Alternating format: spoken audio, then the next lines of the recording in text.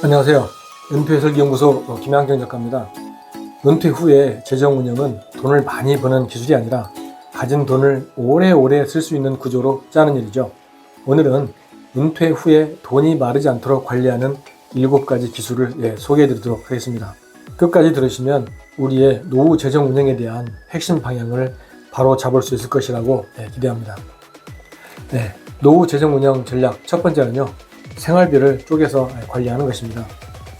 은퇴 후에 돈 관리의 출발점은 투자 수익률이 아닙니다. 매달 얼마가 필요한지 정확히 아는 것이 제일 중요하죠.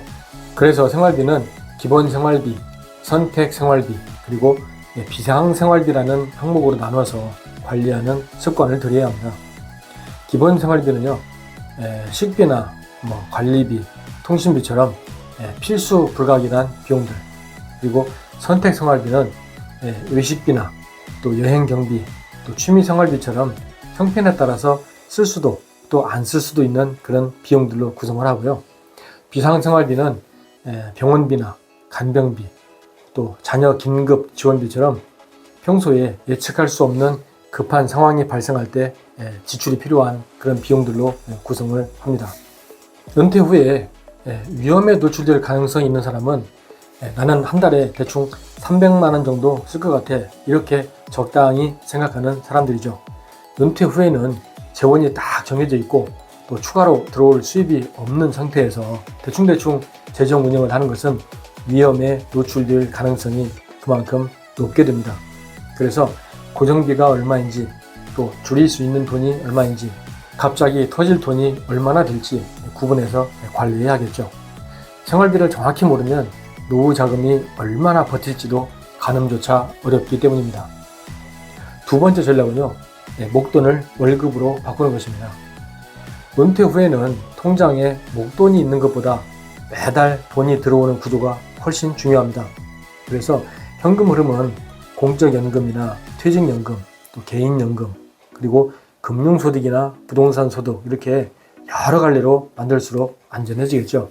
은퇴 후 통장에 수억 원의 목돈을 가지고 있는 사람은 어느 순간 매달 일정 금액이 소비되는 것을 생각하게 되고 또 끝이 보이게 되면 그때부터 불안해지기 시작합니다. 잔고가 줄어드는 게 눈에 보이기 때문인데요. 그래서 은퇴 자산은 목돈으로 쌓아놓는 것보다 매달 흘러나올 수 있도록 만들어야 하는 것입니다. 세 번째 전략은요, 연금 외에 목돈이 있다면 3, 4, 3으로 나눠서 관리하는 것입니다. 은퇴 후 자산은 특정 분야 한 곳에 몰아서 관리하면 절대 안 됩니다. 제가 가장 현실적으로 보는 구조는 3, 4, 3 전략인데요. 안전자산 30%는 절대 흔들리면 안 되는 돈이죠. 이 돈은요, 비상금이나 예금 또는 CMA 같은 형식으로 관리를 해야 되고요. 현금 흐름 40%는 매달 생활비를 만들어주는 돈이죠. 그래서 배당이나 월 분배금, 채권, 연금형 상품으로 관리하는 것이 좋습니다. 그리고 성장자산 30%는 물가 상승에 대응하기 위한 자산 구조고요. 이것은 역시 우량주나 장기 성장 자산으로 투자 관리하는 것이 좋습니다. 전부 개별 주식에 넣으면 하락장에 어려움을 겪을 수 있습니다. 그래서 은퇴 자산은 공격형 포트폴리오가 아니라 생존형 포트폴리오로 구성해야 합니다. 네 번째 전략은요, 자녀 지원 한도를 미리 정하는 것입니다. 은퇴 후에 재정이 무너지는 가장 흔한 이유 중에 하나가 바로 자녀 지원금 때문입니다. 자녀의 결혼 자금이나 또 전세금, 또 사업 자금이나 생활비 지원금, 이런 모든 것들이 발생하면 부모 입장에서는 외면하기 참 어려운 상황이죠. 그래서 한도를 명확히 설정해 놓지 않으면 자녀 지원금은 노후 재정에 바닥이 보일 때까지 계속될 수 있습니다.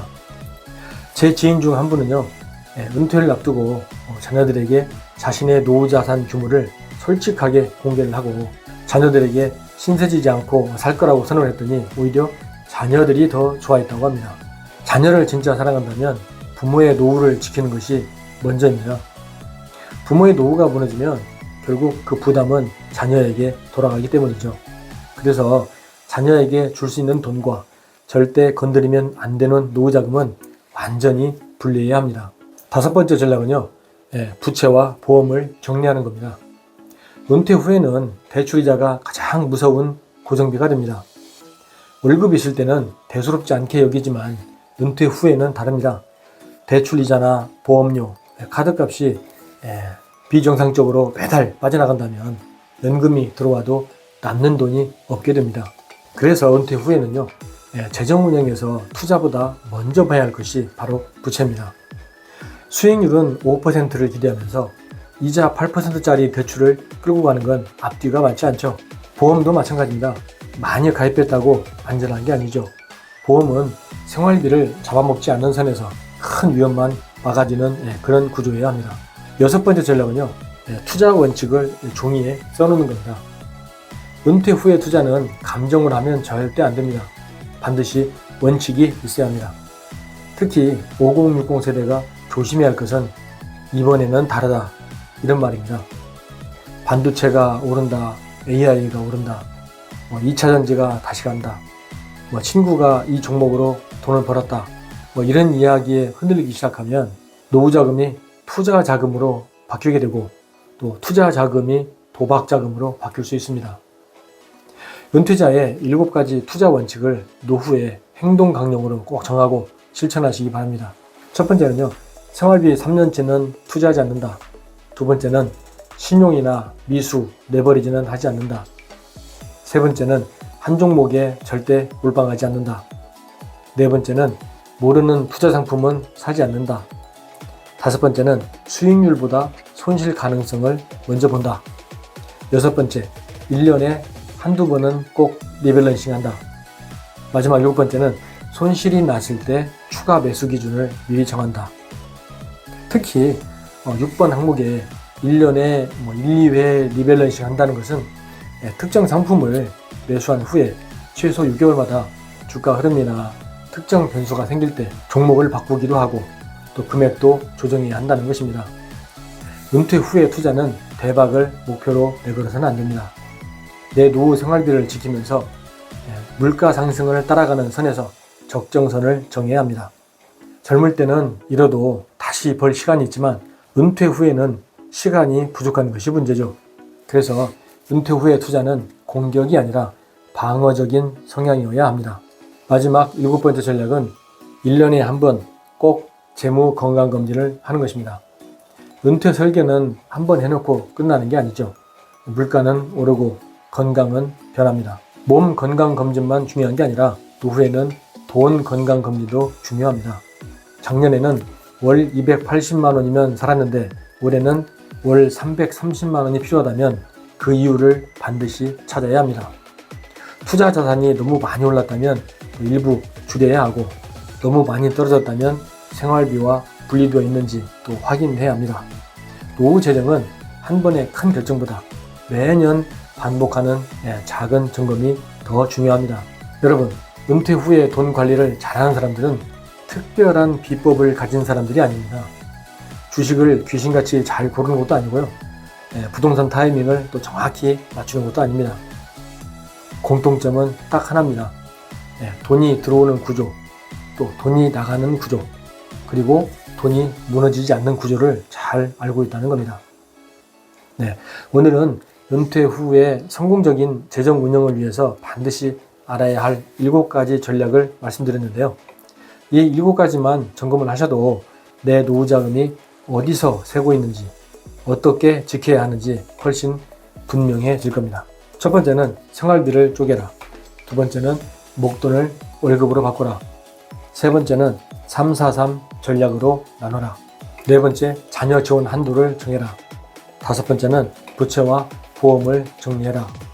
여섯 번째, 투자 원칙을 써놔라. 일곱 번째는 매년 재무 건강검진을 하랍니다.